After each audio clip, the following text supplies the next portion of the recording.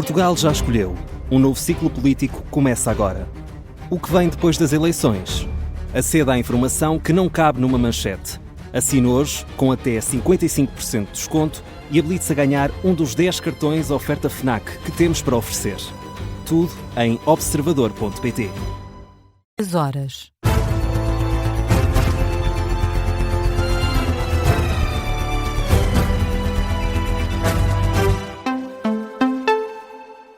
Boa noite, eu sou a Teresa Freire, são 3 horas, tempo de atualizar a informação.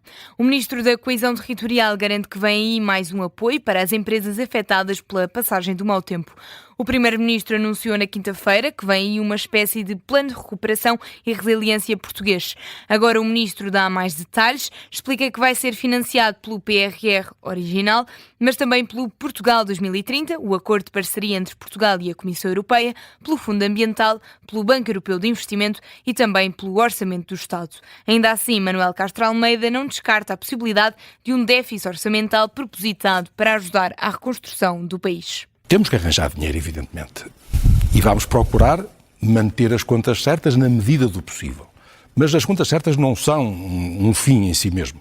Portanto, se houver necessidade de fazer déficit para garantir condições de conforto e de bem-estar mínimos das pessoas, para garantir o relançamento da economia, para garantir que as empresas não vão fechar, que não vamos perder a capacidade exportadora que hoje temos, se for necessário, teremos que chegar a isso, porque as contas certas são, de facto, um objetivo que tem que estar ao serviço das pessoas. Manuel Castro Almeida, em declarações à SIC Notícias, onde também anunciou um novo apoio para as empresas, mas não revela detalhes. Justamente com o dinheiro do PRR que estamos a reafetar, vamos lançar por estes dias um novo concurso para as empresas desta zona de calamidade, para que possam fazer um upgrade, para que possam ser mais fortes nos investimentos que vão fazer para a recuperação, para não irem fazer mais do mesmo, para fazerem com uma resistência, com uma resiliência superior àquilo que existia anteriormente. O Ministro da Coesão Territorial, esta noite no programa da SIC Notícias Expresso da meia-noite. A estrutura de missão para a recuperação das zonas afetadas diz que o perímetro de danos na região de Leiria continua a aumentar. É por isso difícil quantificar os prejuízos causados pelo mau tempo. Em declarações, o responsável pela estrutura, Paulo Fernandes, afirma que são contas complicadas de fazer. Esta estrutura de missão tem, neste momento, uma enorme dificuldade, que é, de facto, o perímetro do dano não para. Ou seja, nós estamos ainda longe de podermos dizer assim, bom, ok, os danos são estes, porque todos os dias temos estado, obviamente, neste momento também com as cheias, com as questões aqui, nomeadamente, tão próximo da bacia do Mondego. Paulo Fernandes, à margem de uma reunião com o Conselho da Comunidade Intermunicipal da região de Leiria. Já o presidente desta comunidade intermunicipal adianta que na região de Leiria cerca de 20 mil pessoas continuam sem eletricidade, 17 dias depois da passagem da Depressão Christine. Jorge Valda fala de um problema de grave resolução e teme que o país não tenha aprendido nada com esta calamidade. Coimbra está fora da situação de grande perigo, sem risco de inundação. Anúncio feito esta noite em conferência de imprensa pela Presidente da Câmara. Ontem, Ana Abrunhosa alertou para a possibilidade de haver uma cheia centenária na cidade. Agora, admite que o pior não aconteceu. Com as condições climatéricas que temos, com os caudais que temos, que vêm da Aguieira, podemos dizer que a situação de risco grave acabou.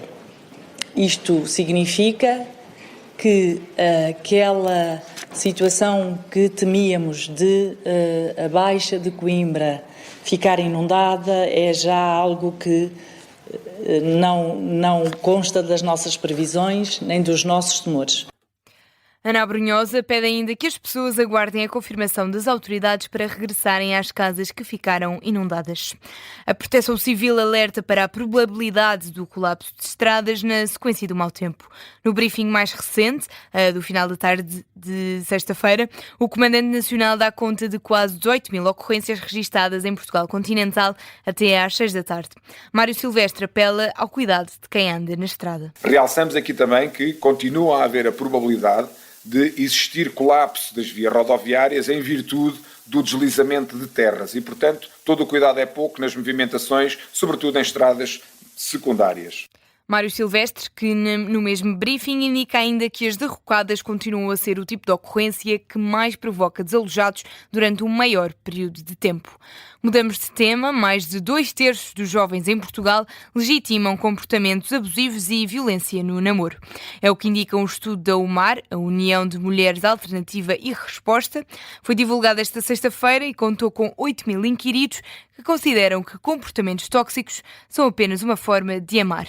É o que explica a coordenadora do estudo, Margarida Pacheco, à Rádio Observador. Mas são estas formas que estão muito ligadas ao controlo, a perseguição, a doença psicológica, são as 3 formas mais estimadas.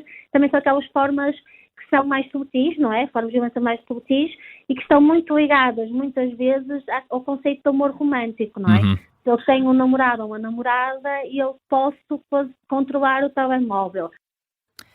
27% dos jovens inquiridos legitimam a violência psicológica e, quanto à violência sexual, a taxa de aceitação varia entre rapazes e raparigas.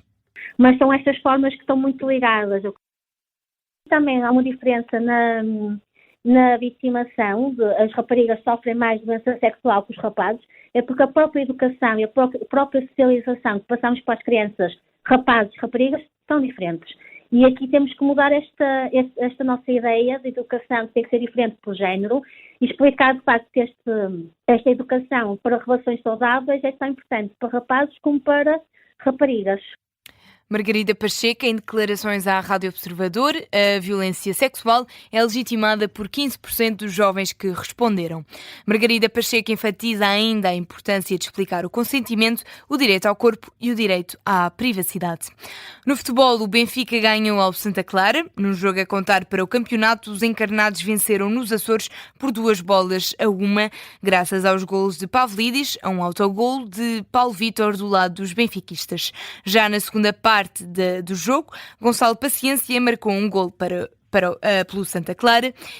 No final do jogo, o técnico benfiquista, José Mourinho, fala num jogo difícil, mas garante que a vitória foi conseguida com o mérito de todos os jogadores. Precisávamos desesperadamente de pontos para poder olhar para cima e não para o Braga ou para o Gil Vicente, que é lógico, é óbvio, e era muito importante ganharmos este jogo. Foi aquilo que nós conseguimos, na minha opinião, com todo o mérito.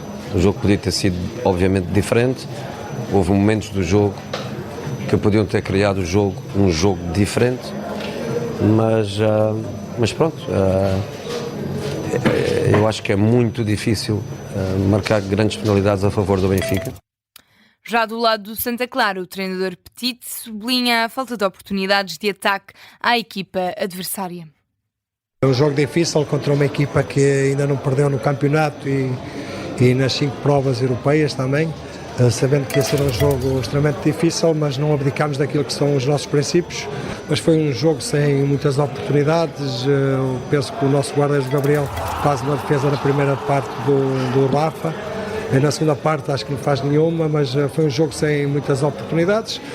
Queremos outro resultado, mas estamos a dar passos em frente naquilo que é a nossa ideia, e aquilo que eu mentalizei já no final do jogo com os nossos jogadores é já trabalhamos esta semana para chegar ao Albergue e ganhar. Declarações dos técnicos do Benfica e do Santa Clara na flash interview da Sport TV. Com esta vitória, os encarnados ficam em terceiro lugar no campeonato, mais próximos do Sporting e do líder Futebol Clube do Porto. É o ponto final no Jornal das 3. A informação regressa pelas 3h30.